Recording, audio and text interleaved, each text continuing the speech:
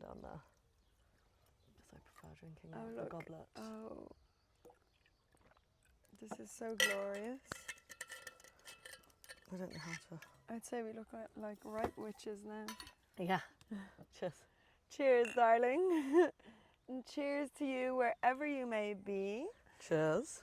And today I have the glorious Alev by my side. And we are here in the community where she lives in the south of Spain, in an area called Orhiva in Granada, and then we are in Cigarrones, also known as Siggy Massive,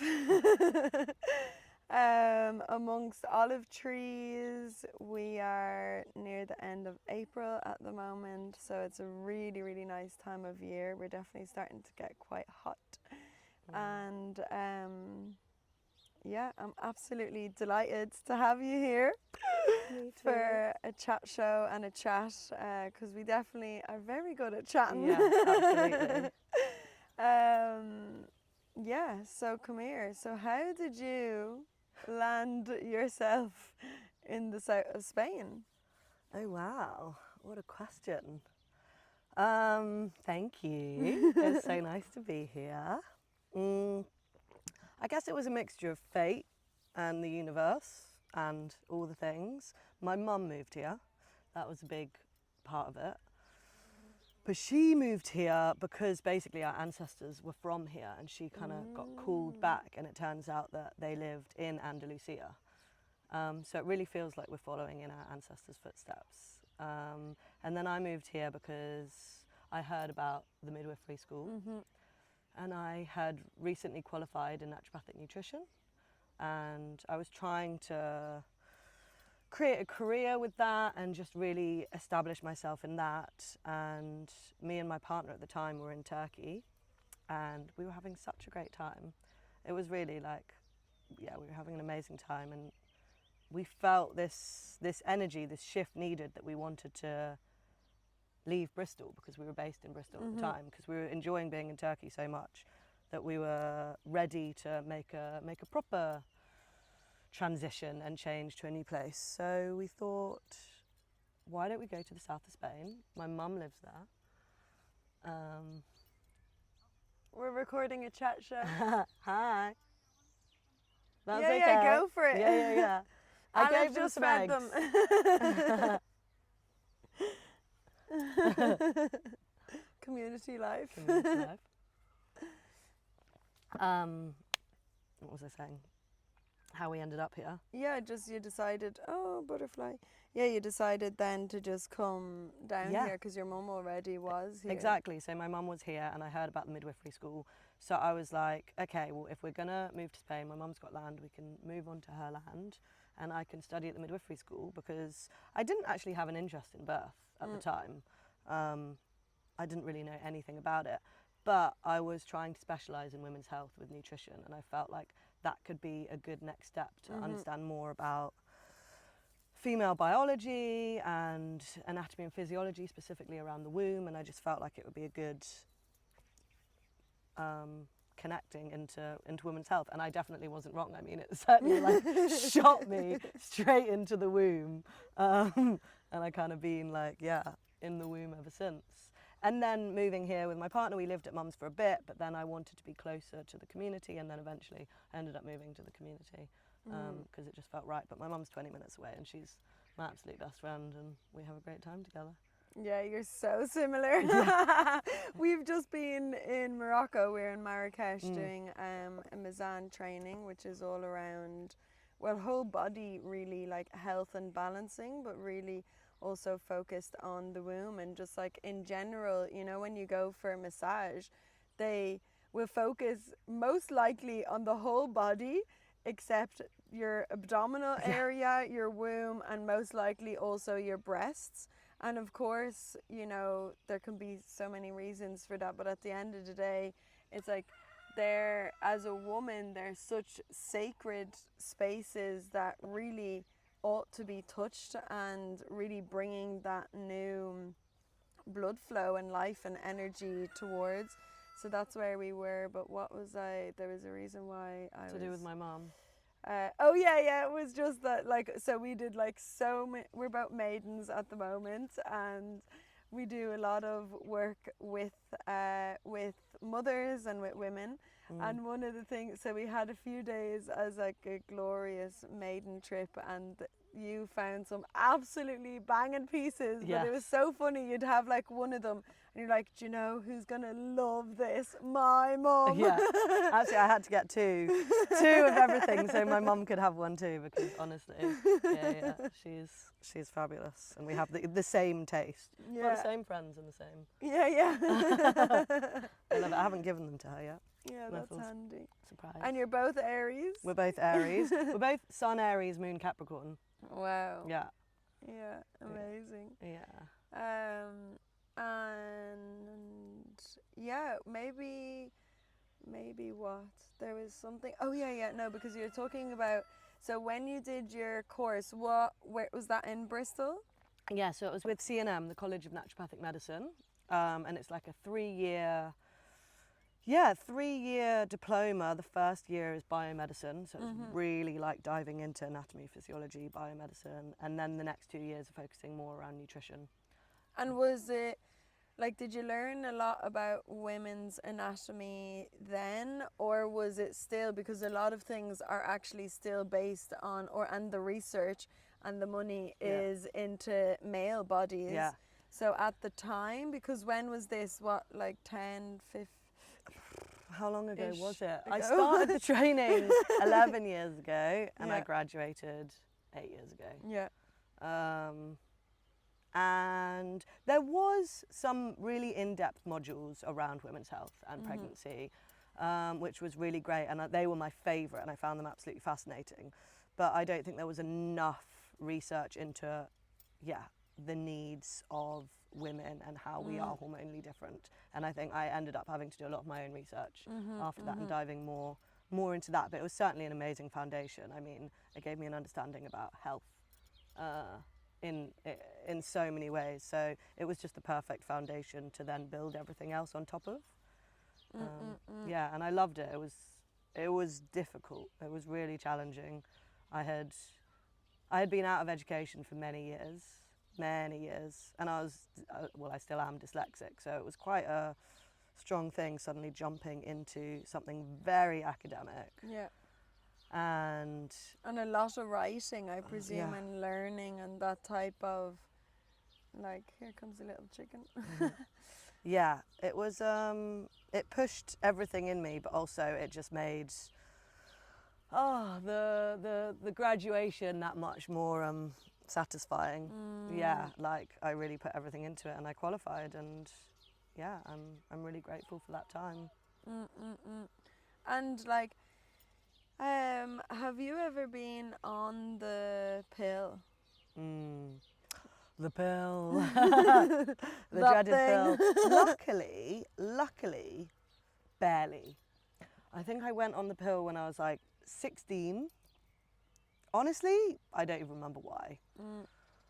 Because I wanted to be, probably. I don't think I even told my mum, because she wouldn't have allowed it.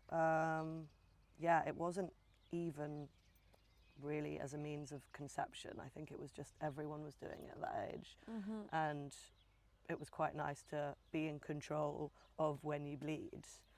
But it did not agree with me. I think I went on it for like 6 months, maybe a year. And I remember there was this point where, like, I wanted to put the pill in my mouth, and I was literally like gagging. Like, my body was literally saying, do not do this, which is quite incredible for a 16-year-old, but I really knew that I did not want to put it in my body.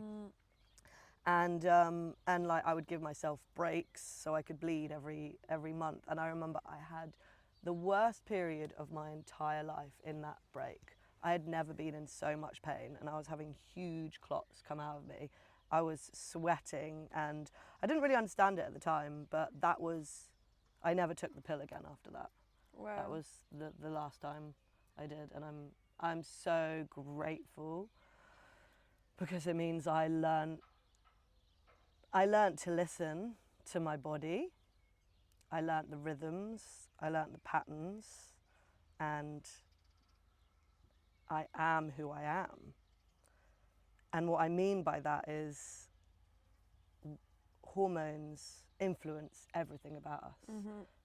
Even the connections we make, the partners we're attracted to are influenced by our hormones. So when we take the pill, that influences who we might be attracted to, who we might choose as a partner, who we might choose to hang out with, how we might want to spend our days. And so you are literally suppressing your true being if you're on the pill. So I'm so grateful because it meant that I know who I am, I know who I'm attracted to, and I know that that's real.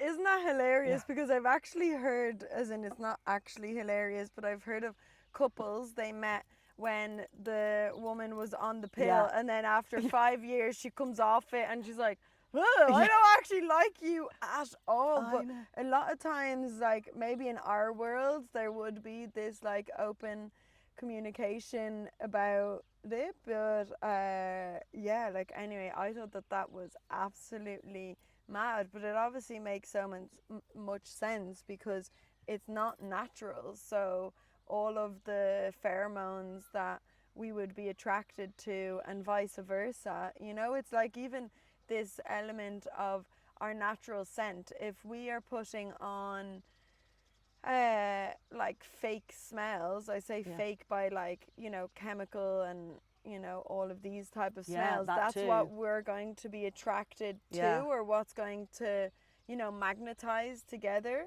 Whereas if we allow our own body odor to be there and use natural products, then that's what is going to be attracted to us and vice versa. And I think that's like absolutely so cool, so because we are animals actually. Exactly. But with the attraction thing with women to men, it's actually really, there's a lot of studies on it, and basically the reason behind it is that when our estrogen is flowing and we have the right fluctuations of estrogen rising and falling throughout our cycle as it's supposed to, when our estrogen is peaking, we are more attracted to men with higher testosterone rates. And there have been tests with this where women are giving samples of their saliva so they can see what their estrogen levels are like, and they're given photos of men. They need to say how they're attracted to them, or meet men and hear their voice and everything. But basically, women are more attracted to men with higher testosterone when their estrogen is flowing. And when we're on the pill, that suppresses our estrogen, and it makes actually progesterone the dominant hormone of our, or fake progesterone, the dominant hormone of our being. And that changes who we're attracted to, and then we're less attracted to testosterone, and we're actually more attracted to more feminine looking people. And this whole thing I find so interesting because it also works the other way. So when testosterone in men, we also need testosterone as well. It improves our sex drive along with men, and the pill suppresses our testosterone, which is why we get a lower libido when we're on the pill. I mean, there's so many elements to it. But with men as well, so when their testosterone is flowing, then they are naturally more attracted to people with higher estrogen. And when people with higher estrogen is flowing, they're naturally attracted to people with higher testosterone. And it's just this positive feedback mechanism, and it increases your natural hormones as well. So actually, women who are not on the pill, who have healthy levels of estrogen, encourage men to have healthy levels of testosterone as well. And I find that so interesting because also the amount of women who are on the pill and the amount of fertility issues that are arising amongst all genders, I do wonder about if testosterone levels are dropping because there are so many people and so many women who aren't in their correct hormonal flows, if that makes sense. Yeah, totally. And even like last week, I think it was our teacher mentioned, because I was on the pill from when I was 16 for like nearly 10 years. Oh, bless you. Yeah, I know, honestly. And bless my womb. Like, can you imagine, like, anyway, it's also been a massive, obviously that was my huge entry into, like womb work and devotion and all of that. But yeah, like last week anyway, like it's such a pity that teenagers are being like the first point of contact if there's anything going on with their wombs is the Honestly. pill, because as we like, I only learned this last week, but it was our hormones need to be working for our hormones to work. Yeah. So then you take me, like at 16, like I started bleeding when I was 13, and I had really painful and long cycles, and there was a reason for that, was because of sexual abuse when I was younger. And so actually my body is so wise, and it was just, you know, releasing those imprints and that experience, and that's, you know, why my periods were long and painful. And also I only, like, I mean, I'd say a few years ago now, but learned that, yeah, like for teenage girls, it's also normal and it's good actually for them to have painful periods during their teens, because they're just like, you know, their whole body is adjusting to now being like hormonally and, or not, yeah. And so, but where was I going with this? Yeah, it was just then, like for me at 16, then I've only had like 3 years. I don't know how often, like once I started bleeding, did they come every month, or how that, or yeah, what my journey was coming into my bleed. But it meant that literally I only had like 3 years, and already then I was like cut off, Yeah. you know? And so I just think that that's so sad, because I know so many women that, yeah, they'll go on in and around that age, and then they're about like 30 or 32, and they're like, oh yeah, I really want a child. And they've always known they want a child, and they've never taken a break, and they've never let their natural flow return, which can take some months. And it's, you know, it's really, really big. And I think, like, you know, we really need to be speaking about how, yes, of course, if you're sexually active and you're using it as contraception, like, I understand the reason, you know, behind that until you want to get pregnant. But there's so many ways in which we can, yeah, know when we're fertile, when to have penetration, if you don't want to be using condoms, because obviously there's so many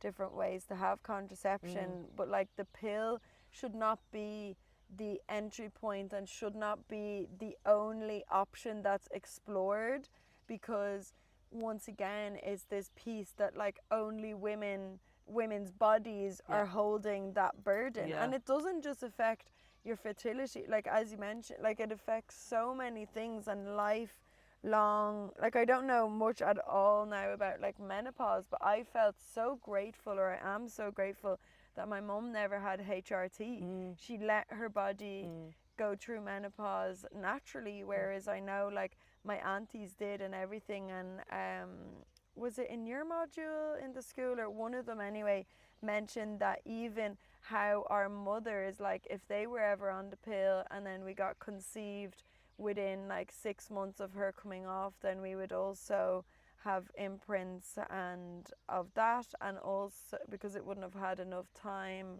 to detox. But that wasn't my module, but that's interesting. That makes a lot of sense. And then with the menopause, same thing. Even though obviously we're no longer part of our mothers, well, obviously we're actually always part of our mothers, but yeah, that somehow, I can't remember the details because my brain is just not that at all, because I'm also dyslexic, so it's like I pick and choose the exciting things that I like to hold on to. But it was just like, yeah, that the HRT, like when our mothers have that also impacts us. So like there's like something, don't ask me the details, as I said, I can't remember, but I was like, whoa, you know, like we are just so connected and intertwined with our mothers, and how important it is actually, like when we choose natural conception, when we choose natural contraception and all of these things, how it's not just impacting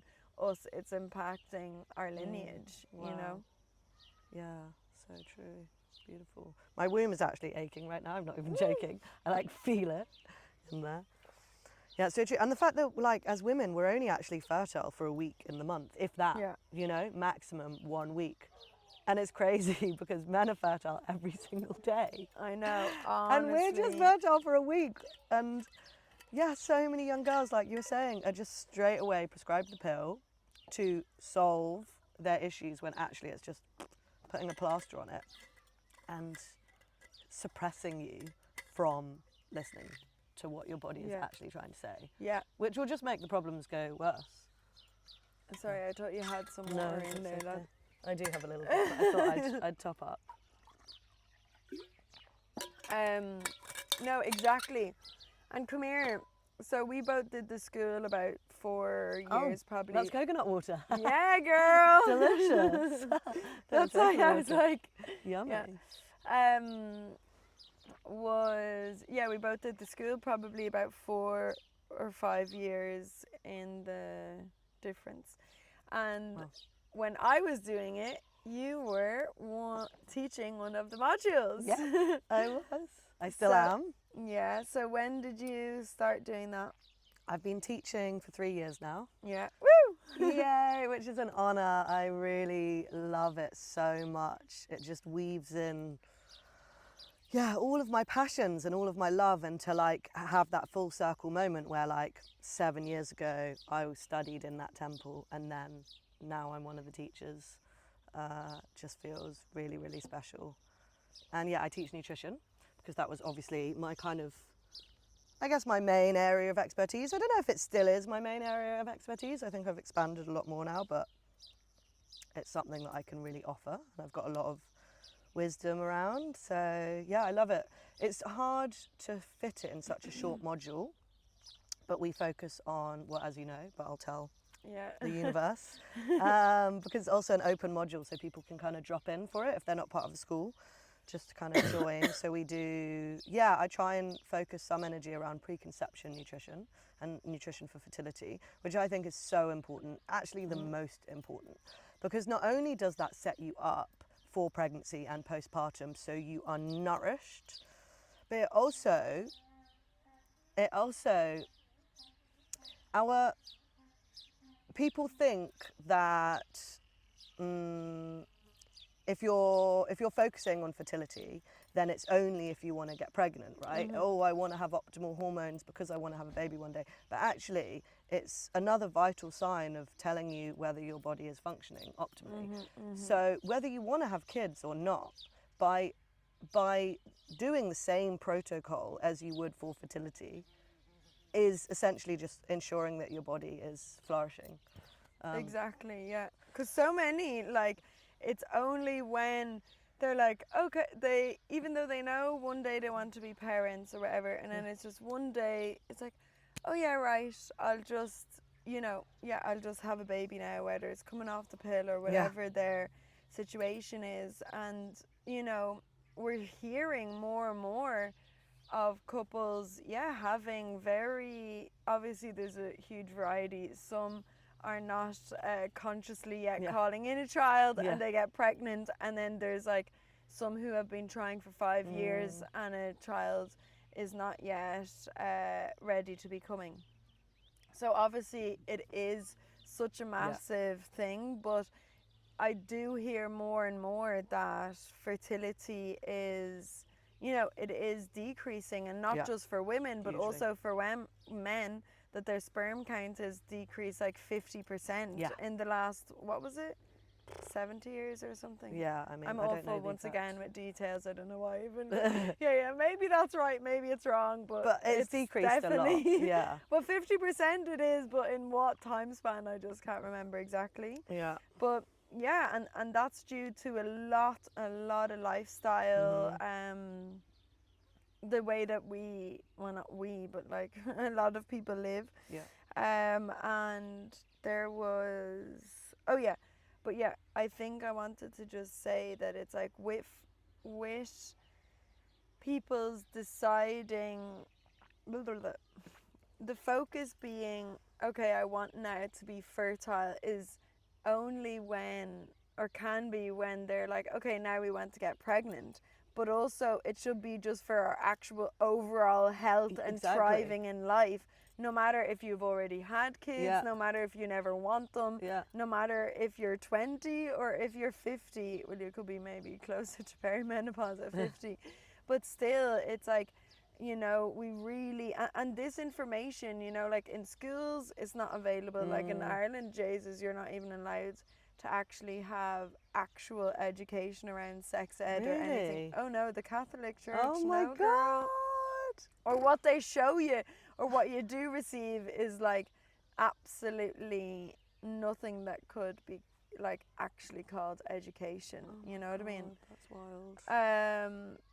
But where is I going with that? Yeah, I think just like to really encourage women and men Yeah. to really receive the nourishment that their bodies really need, because like organic food isn't just this like modern fad that's like, oh, it's like, you know, yes, your food is more expensive or can be, but depending on where you live and all of the things, but also how much are you then spending on needing to get all these other treatments because your actual internal body is not being fully nourished. And you know, so you're setting yourself up for living and really thriving inside, as you know, because this is one of your big pillars and your big passions. Yeah, absolutely. Because essentially, if you're fertile, then you're healthy. Yeah. You know, as long as you're of child conceiving years, you know, and that's what we want, to be healthy, to be thriving. And like if you look at what you imagine a fertile woman to be, especially in like ancient Greece and all of these symbols of fertility, it's curvy women as well, which I find so beautiful, because actually we need a bit of curves to us. Estrogen promotes curves. Curves are fertile. And luckily, I don't know, I'm not in the mainstream anymore, so I don't know what they promote, but I think it's moved slightly away from the 90s that was like super, super skinny, everyone trying to be. But it's interesting that actually you need a bit of a belly and a bit of bum and some boobs. A lot of bum.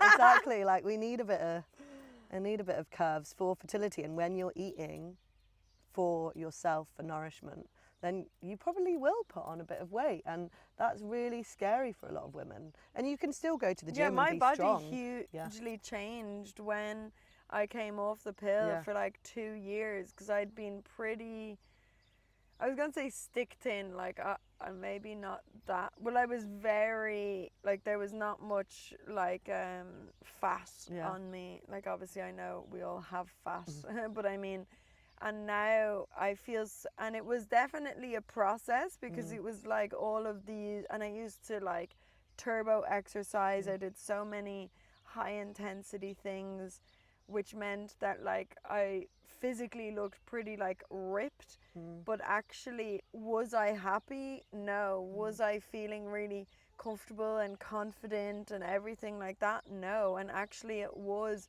this process of coming off the pill, really rewiring this way of exercising, but then I went a bit too far the other end of just not even, like being actually nearly like scared of how intensely I exercised. So now it's like, okay, I'm wanting to get back, because not of me wanting to look a certain way, but actually wanting to feel a certain way, of all of, even just being able to like release all the toxins through the sweat, which is just so needed and good for us. But also, I'm on day 4, so my brain is like not fully in. You're fabulous. I love hearing you speak. So fabulous. Thank you. But yeah, the exercise. Oh yeah. And so it was really like this process of allowing myself, like over the span, I would say, of at least 2 years of after coming off the pill, of allowing my body to grow, and for me to actually basically come into like my womanhood. Yeah. Because if you think about it, at 16 until basically I was 26, which is like 6 years ago, my body had not like really turned, it was still like a teenager's body basically. Do you know what I mean? Yeah. Which is crazy. Yeah. I'd not been given the chance, and so my breasts got bigger, my hips got wider, and I really felt like I came into myself, and it was so nice. It was really like, and I remember that summer as well, I allowed my leg hair to grow, and I'd already had like my underarm hair, but it was really like an amazing growth experience of like, oh, this is also woman, you know, and just allowing that fullness to come through. And you know, because even it, like around like body hair, you know, for me it was also very much like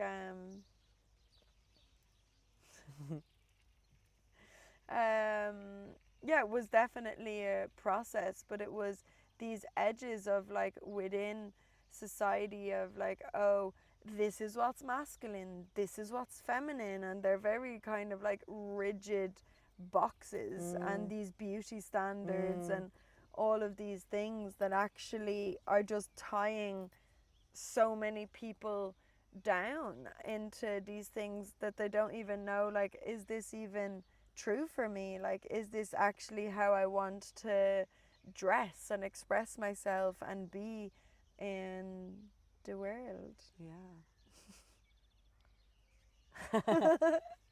Yeah. I feel you, babe. Definitely. Oh.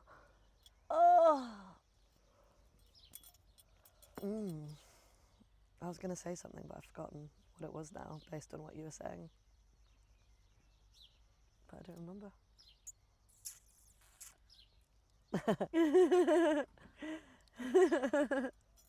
What was it? Can I have a... Oh, I've still got some. Oh yeah, we'll chug that. So how many chickens do you guys have here?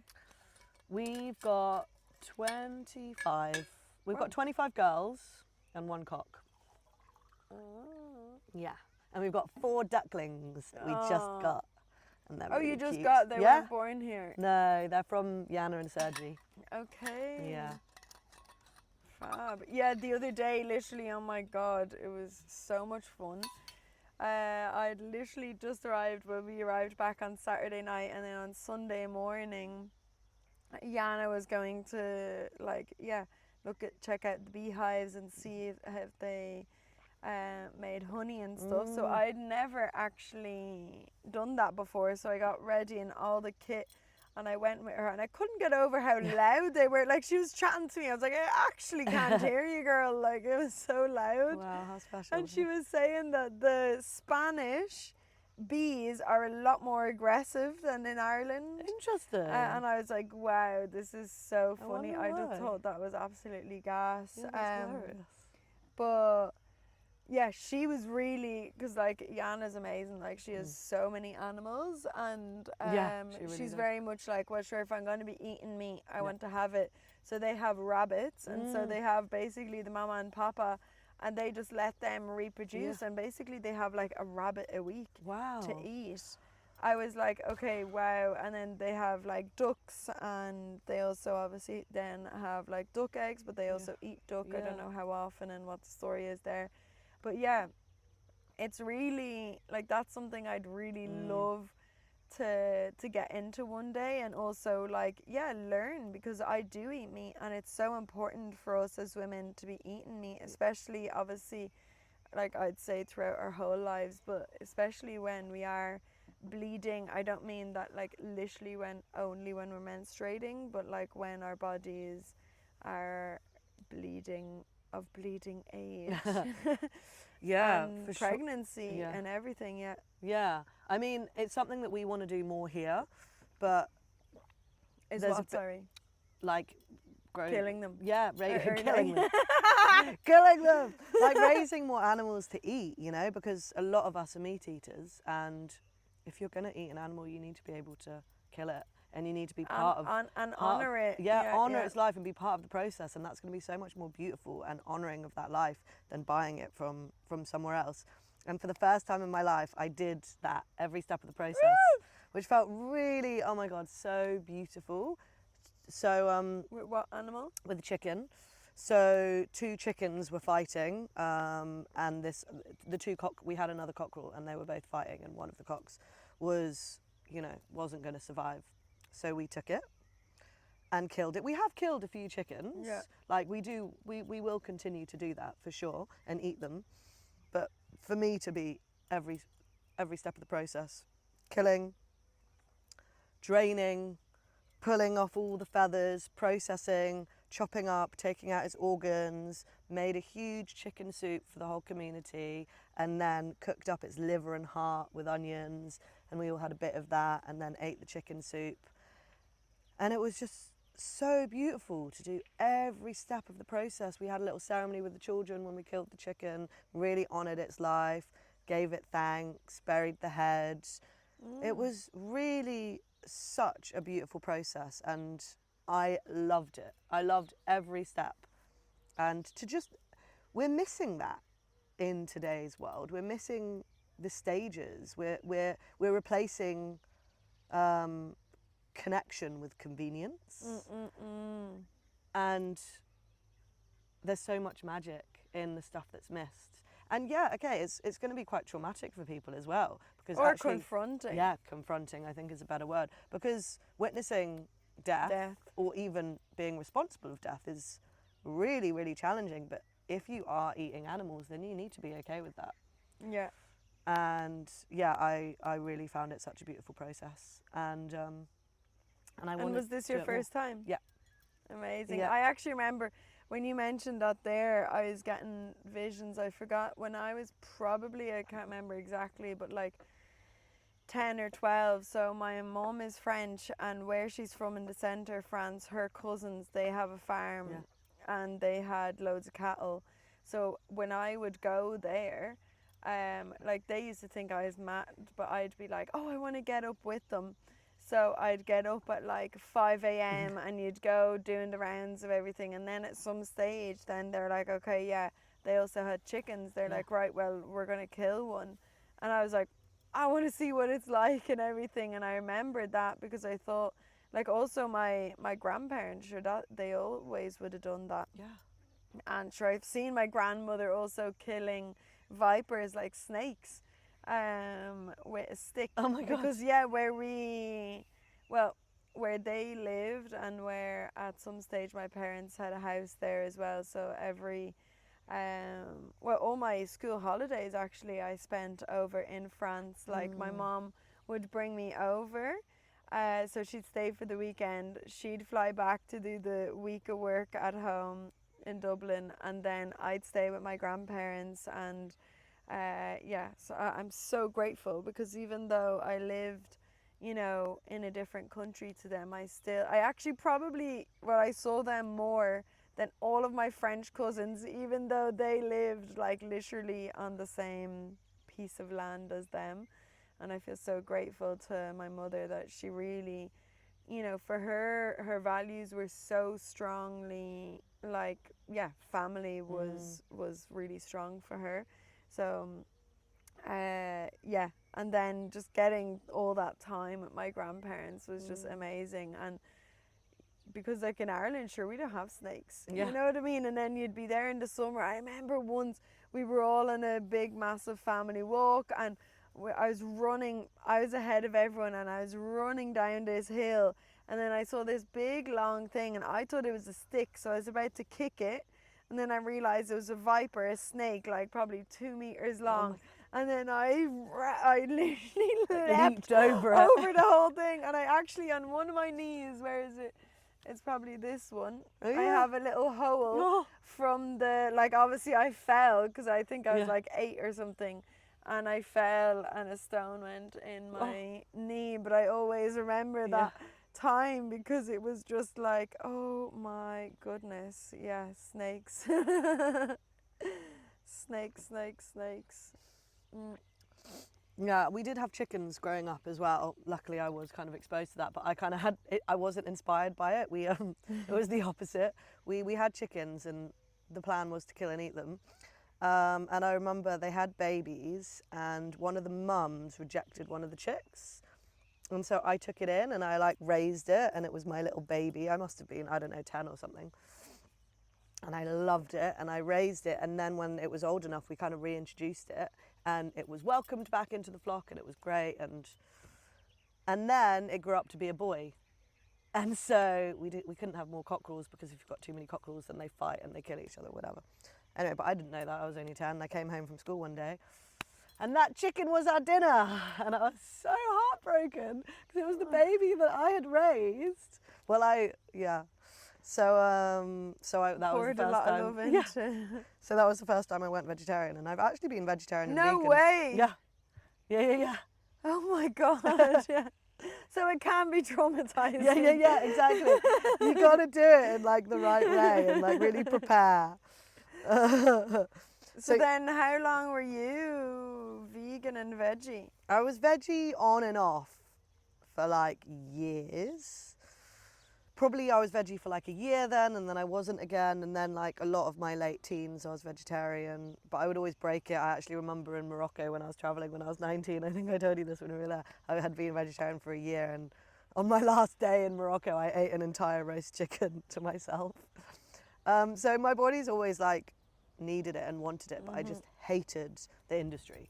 I just thought I mean, as it is, it's just really, really fucked up, and I don't want this kind of factory farmed animals. I just think also when eating that, when consuming And that. yeah, do you want to go into a bit about that? Like, well, just like even just the hormones that they're receiving that then we're eating. You know, it's so important that yes, it's really great that and important for our bodies that we eat meat, but it's also as important where we're actually getting this meat, because supermarket meat is just full of, even if you yourself, you're like, okay, I'm never going to take antibiotics, I'm really like not into big pharma and all of that, but yet you're still eating supermarket meat essentially.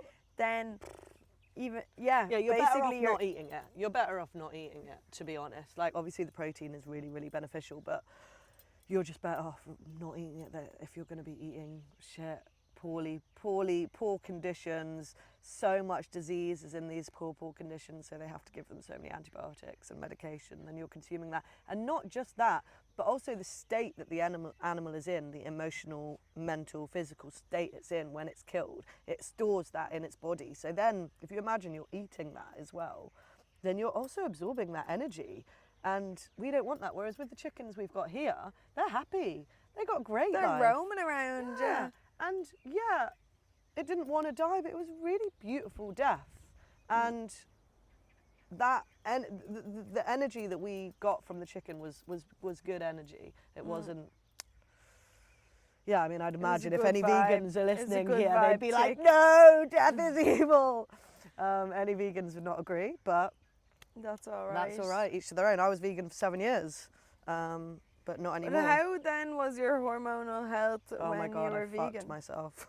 I mean, I was actually interestingly studying nutrition at the time, so I was making sure that I got all as much nutritional needs as possible. But I think my biggest problem was my glycemic load, like my blood sugar levels. I think I made myself quite hyperglycemic because I wasn't getting adequate protein, and I wasn't meeting those needs. So I was very up and down, and that can cause all kinds of problems with fertility as well, because we really need our blood sugar levels to be stable, and that influences so much stuff. And that can, if our blood sugar isn't stable, then that puts our insulin out of whack, and then that can actually end up leading to polycystic ovarian syndrome and all of those kind of, which is actually just a syndrome. It's not even a thing, it's just a collection of symptoms.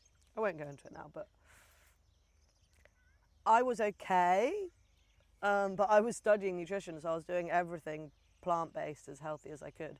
But yeah, it got to a point where I had to eat meat. But not everyone needs to, because I think it seems that, okay, so a lot of us can actually convert plant forms into its active ingredient, and then we could, for example, vitamin A being converted into retinol, and a lot of us have the enzymes to be able to break that down, but a lot of us don't, and for whatever reason, I don't know.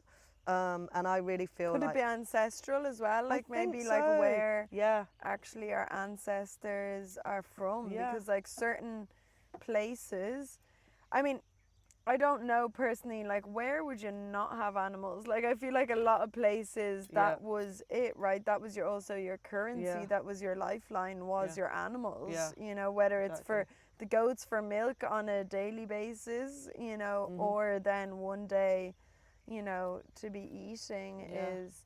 We always have. But yeah, But I guess the argument now is that we've got enough other options that we can substitute animal products with other high protein foods. but the thing is like, sorry, but a lot of fucking things that are like, what's that thing, that brand, like Veg Life or oh something. fuck that shit It's though. like, yeah, oh, but like, that's so toxic. That's but so, like, such this bullshit. is it. That's Like not, so many yeah. people are like vegans, Yeah. but they are so unhealthy Yeah, because yeah. they're eating processed things. Yeah. It's freaking plastic, Oh, basically. these like fake cheeses, fake meats. It's like, no, Oh like my god, yeah. either have cheese Yeah. or don't, or either have meat Yeah. or don't. Yeah. Stop trying to, you know, if you're still Yeah. craving that Meaty. exactly, then freaking have Yeah. the meat. Like that otherwise is just- body information being like, oh, you actually want the meat. Yeah. And so many here anyway who have done, well, no, actually, in general, I've heard of so many women that were like, I was vegetarian and then I became pregnant. And then Yeah. I was like, get me the meat. Yeah, it's true. And with most of my clients, when they're having menstrual issues, the first thing I ask them is, are they vegan? And a lot of the time they are. It's just true. And I have managed to, you know, reverse a lot of their symptoms on a vegan diet, but it's a lot easier when you start introducing animal products. And it's It is very a lot expensive easier. as well if you're wanting to be like, yeah, really not just like, because health in and of itself is a huge word, but like hormonally thriving, you know, vegan is going to be also expensive. Like, and do you want, where do you want the source of your, you know, food or supplements and everything from? Like there's a lot of things, whereas like, you know, yeah, I just personally, I find it so easy, well, especially here, like, well, in fairness, when I'm back in Dublin, I go to the market on a Friday, and I do, thankfully, there's an organic meat butchers from a van he does, where they come, anyway. So I do also get good meat there, but that was one of my things when I was leaving here that I was like genuinely a bit scared about, because I was like, oh Janie, like you've so much good fresh food here, and you know, in Ireland it's just different, especially when you want to be eaten seasonally. But Sure. But yeah. most places you can find farm shops and local farms where you can get. Yeah. You just got to do your research and find it. And I think due to convenience and price, people just end up buying food and meat in their supermarkets, in their local supermarkets. But actually, not real it is food. worth it. And often it's actually cheaper if you get it from a local farm shop. Like if you buy in bulk from a local farm shop, let's say you are going to buy organic, Tesco's or your local farm shop is probably going to be cheaper. And also, Like the farm support shop your, will be. your natural, support your local small businesses, for sure. you know, because like, you Exactly. know then exactly, like money is our power, you know, like there can be a lot of like rolling the eyes at money, but I just think like we have so much power, like where we choose. Like imagine tomorrow, like nobody went to supermarkets anymore and you just went to markets, like local. you know, like that would just be absolutely unreal. It would be because amazing. your money is literally going to families, to people who are with the land working, and you know, like that's like that's what I would love to see more and more, is actually our economy going in the way of really supporting those who really are truly invested in your health, essentially. Yeah. You know what I mean? Absolutely. That's why when people are vegan for sustainability reasons over moral, ethical reasons, like if it's ethical and moral and you don't want to end an animal's life, for sure, I see you, I get you, I understand. But when it's sustainable reasons, I'm like, is it actually better? Like, you can get eggs, like I got my eggs from my chickens here. You can go to a local farm shop and get some, you know, nice cuts of steak, like, or getting soy shipped from the other side of the world where they're chopping down the Amazon rainforest. And I know then another argument is, well, they use all of that soy to feed the livestock, but also not if you're getting it from good sources, actually. Like, we don't feed our chickens soy. So it's not the most sustainable thing, actually. And I know a lot of people don't agree with that, but actually it's not. Local is going to be so much better. Yeah, because also for, like, sure you'd know a lot more, but even for like our microbiome and all of the things, like having everything being like local, it's the same as like when I heard, because I'd been using coconut oil for a lot of my cooking or a lot of things in general, then it was like, yeah, but so I'm of European descent and like coconut don't grow in Europe, so actually what I should be using is olive oil, like even on my skin and my hair, like everything, because that's actually what my body can digest and can, I guess, like resonate with on some level. I don't, once again, I mean, don't we're know sat all under a bloody the olive tree, aren't we? I don't know all the details, but I thought that was also really interesting, because sometimes like I was like, oh yeah, organic, and then getting the organic coconut oil or other like products that are from actually really far away.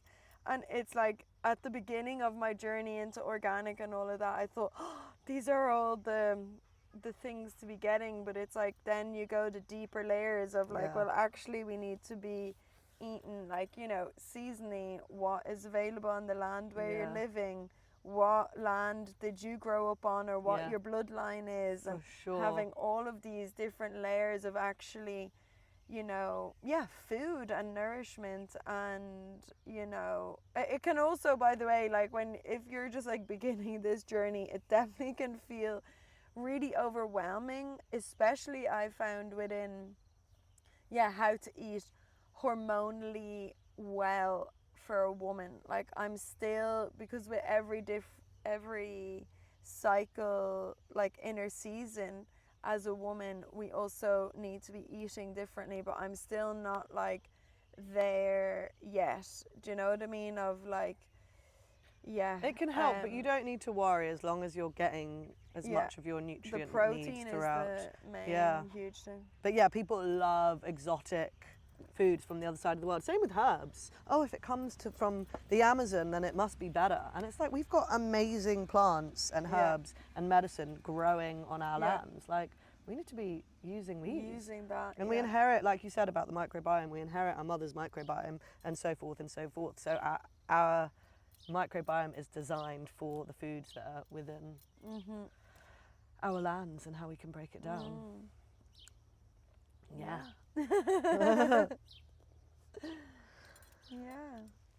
Oh. ¿Qué hora es? 4. Ah, perfecto. ¿Ya?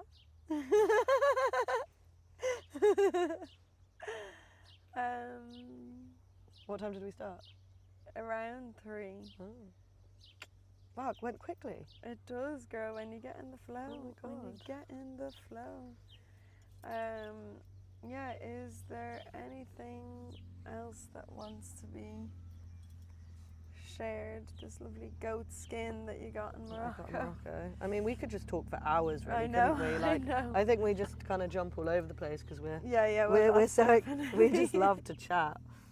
But I don't know. Is there anything that you usually do? Any questions that you usually ask people that we haven't asked? No, like it's It's just flowy. Yeah, I don't feel like I really introduced myself, but maybe I don't Yeah. really need to. I mean, it's a bit late for that. It's kind of the end no, now. great. Well, sure. There's no time like the present. No, I don't know. Go on. Who are you? So.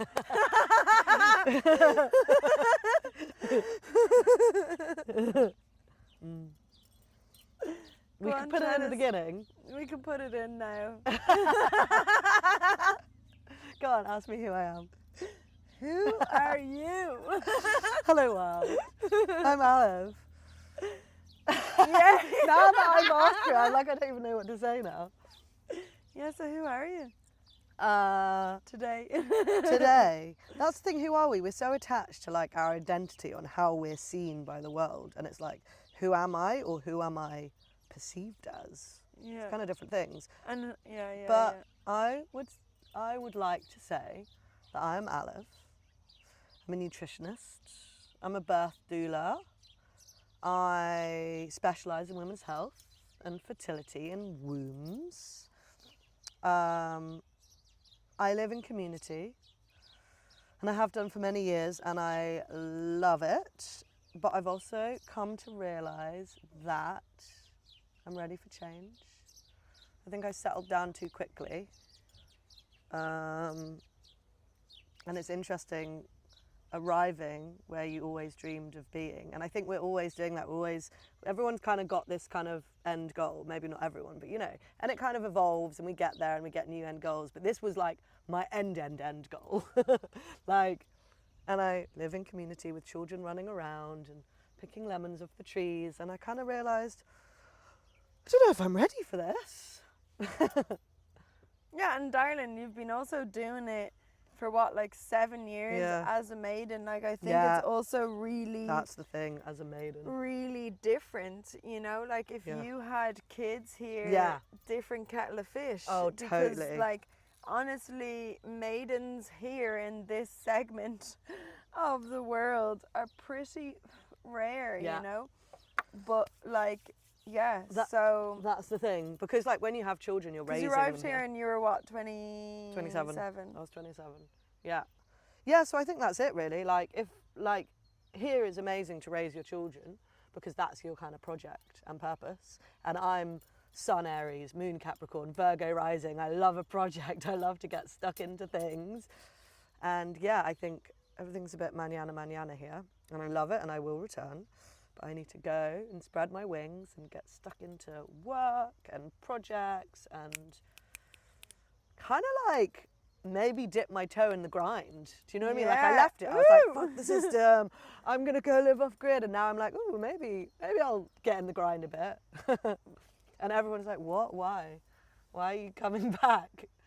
No, but that structure also, I must say, for me, the one thing like that I would love or that I do appreciate from the grind, that one grind is the structure. Now, having on the flip side, I do think it's absolute insanity that people are working 5 days a week in that certain pattern, generally of 9 to 5, because I just don't think that, like, even if we're to look at productivity and efficiency, I really think that our whole world would be thriving on working on like 3, maybe 4 days, and we'll get as much done in that whole faff of a thing.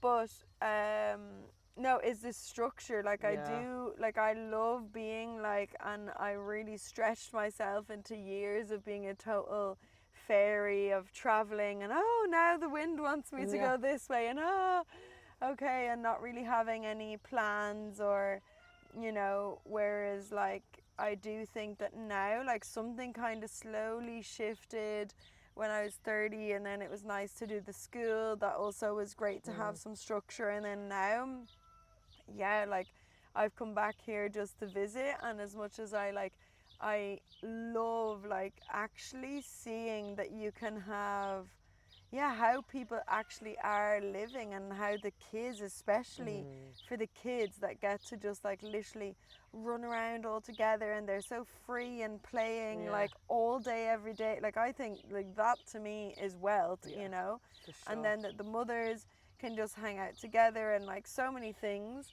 But I do see that for me personally, like this area is really amazing for families, and for myself it's like it's really time to show up for not just having all my dreams be this like dream out there that will like one day happen somehow, and it's like no, like the time is now. And that was really like the mega many gifts that my dad's death gave me, but like that really was one of them, was just like time is now. And not to be coming from like a really pressured like pressure cooker type of way of like, oh, I need to get everything done now, but just really like honoring, like I am a maiden and I don't have kids yet, and I'd love to be a mother one day when I am blessed with that journey, and that I will want to then at that stage devote so much of myself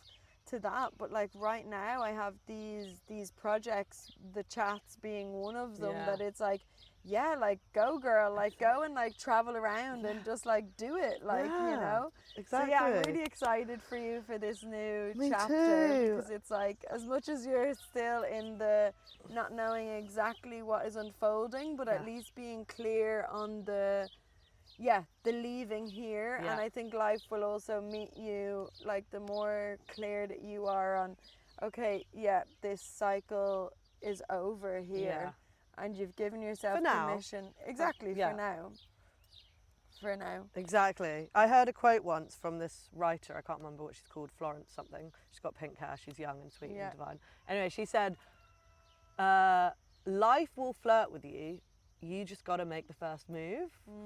And I love that so much. It's rare that I hear something like that and I resonate with it, but I really resonated with that. It's like, I got to make the first move, and then life is just going to flirt back with me. And I'm blessed that I am self-employed and I can work from wherever I am and choose my hours, which is such a blessing. So like, I'm going to do that.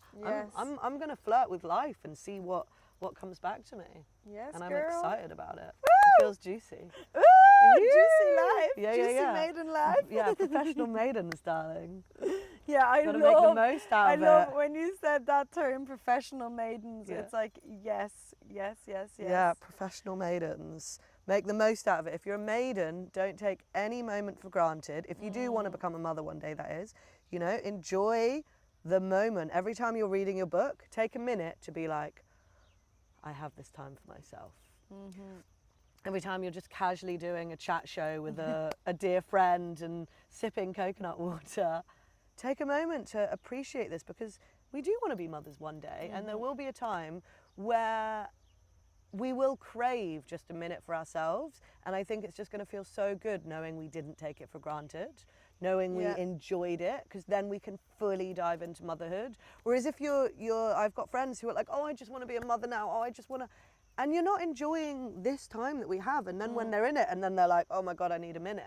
I wish I'd gone traveling. I wish I'd whatever. Exactly. Because I remember it was a friend that spoke about her friend who had her first child maybe when she was 35 or something, and she was just like in awe at her mothering and how devoted and everything. And she was asking her, like, you know, how is it? And she was like, well, darling, like I just did everything I wanted, like when in my maidenhood, and I just like let myself, okay, now I want to change job, now I want to live here, now I want to travel, and I just did all of that. So there was nothing that I felt like I needed to do, because I'd really given myself like full freedom and like, let's just go. And then when motherhood arrived, then she was so fully ready for that, and she doesn't feel like, oh, like it's not that she'll never party again, but it's like, no, it's not this, like, don't have the mega desire for loads of festivals or for loads of things that she did have before, because she's ready for this shift in her life. That is not a bad thing, and that's not, you know, sometimes anyway, whatever. but it's just a shift. So if you've really honored your time as a maiden, you really will move into motherhood a lot easier and a lot more full and resourced inside. Exactly. You know? Which I think we're Oh, doing. I would definitely I would would say, definitely if I say- said to, like right now, my mother would be like, what? If this is you not living Yeah, your yeah, yeah. life the last 32 years, I don't know what I know. it could possibly look I like. know, honestly. Yeah, my family, just like anytime I'd see them, they were like, and where are you off to next? And where are you off to next? And then now that I'm like, oh no, now I'm staying in Dublin. Even when I came back to Ireland, people were like, and where are you going Yeah. now? I was like, oh no, I'm actually staying here. They're like in absolute shock. And I'm like, I know, yeah, but that's also part of, like, literally feels so right now. You know what I mean? It feels really Yeah. great. And like my base is there, which feels so great to have a base. That's And so still nice. allow myself to travel, just like coming here and being in Morocco, and I'm about to go to France Yeah. to visit my mama. I think that's really important because it's also roots, and then that creates Yeah. stability. All trees need roots, don't they? Yeah, Like, I feel like I've got that here now. My mum lives 20 minutes away. I've got my community that I can always come back to. So I feel solid. So I can go flee the nest, do my Yeah. thing, yeah, exactly. leave the community Yeah. comfort zone, and I can always come back. Woo! Yes, girl. Yes, girl. Well, thank you so much, Alev. Fabulous. Thank you, you for darling. your gorgeous watch, I know, girl. I am the timekeeper. I love having a watch. It's changed my life. Even living off-grid in community, it so doesn't quite fit, but It does. as you and know, it I is can't just live without my watch. hilarious. Now. Yeah, now that I've got it. But yeah, thank you so much for sharing everything that you did, and your precious, beautiful time, and for just being a magnificent human. I Thank feel you, so darling. grateful that I know you. And actually, just last little tiny thing was my first time ever being here. I'd flown and I'd had like a really bad earache, and somebody had like heard it, and you were one of the people who heard. So I was staying in one of the caravans here, and I just remember you like running in, and you had all these balms and different things for me to have, and it was just like so cute. And that was you. Aw. Those years ago. And Many years years it ago. was really nice to have like the school and get to know you here, and and just to have our relationship flow. And I just feel very grateful to know you in my life. So Likewise. thank you, darling. Thank you. And then our little trip to Marrakesh was Yeah, just a that was fucking just cherry so on nice. top. So good, so juicy. Yes. My cup was filled Mm. because we could just talk forever. But I do just want to say, like being maidens, also especially single maidens, we get all of our intimate needs met from sisters and friends. That is our lifeline, right? So without our friends, we don't really have those intimate needs met. Whereas if you've got a family and partner and children, then you get those needs met from your children, cuddling your children, being with your partner, all of the stuff, your family. So then your friends are just a bonus. So it was just so nice to spend 10 days with you, another single maiden, and just have that nourishment, that cup filled up of like closeness, fun, friendship, you know? And that the priority, I feel like naturally so, obviously, when when I'm going to be a mother, my priority will be the child, like obviously. Exactly. You know, but then because we're not mothers yet, then the priority can be each other and ourselves, and it's a different quality. Exactly. And we've got capacity for it. Exactly. Like, I'm sure, a lot of my best friends would love to spend every day with me, Yeah, but they don't have capacity. They've been breastfeeding all day and they just want a nap. So No, totally. And hanging out with someone who's on the same vibe, but also life cycle, as a maiden, and Life just chapter. also just like, how important it is for mothers to also find their tribe of mothers and all of this, So yes to maidenhood. Woo! Woo! Mwah! Mwah, mwah, mwah. Mwah. Thanks, babe. Love you. Thank you. Love you, girl. Love you. Yay. Wow, well that was Fabulous. we could have spoken forever. You get in the Nice. flow. Yeah, you don't really do. I was like, I'm gonna have nothing to say. I feel nervous. Oh, darling. Yeah, no, that was perfect. Imagine if it hadn't recorded. No, I'm not gonna. Oh my No. God, there's loads of ants in my bag. Oh my god.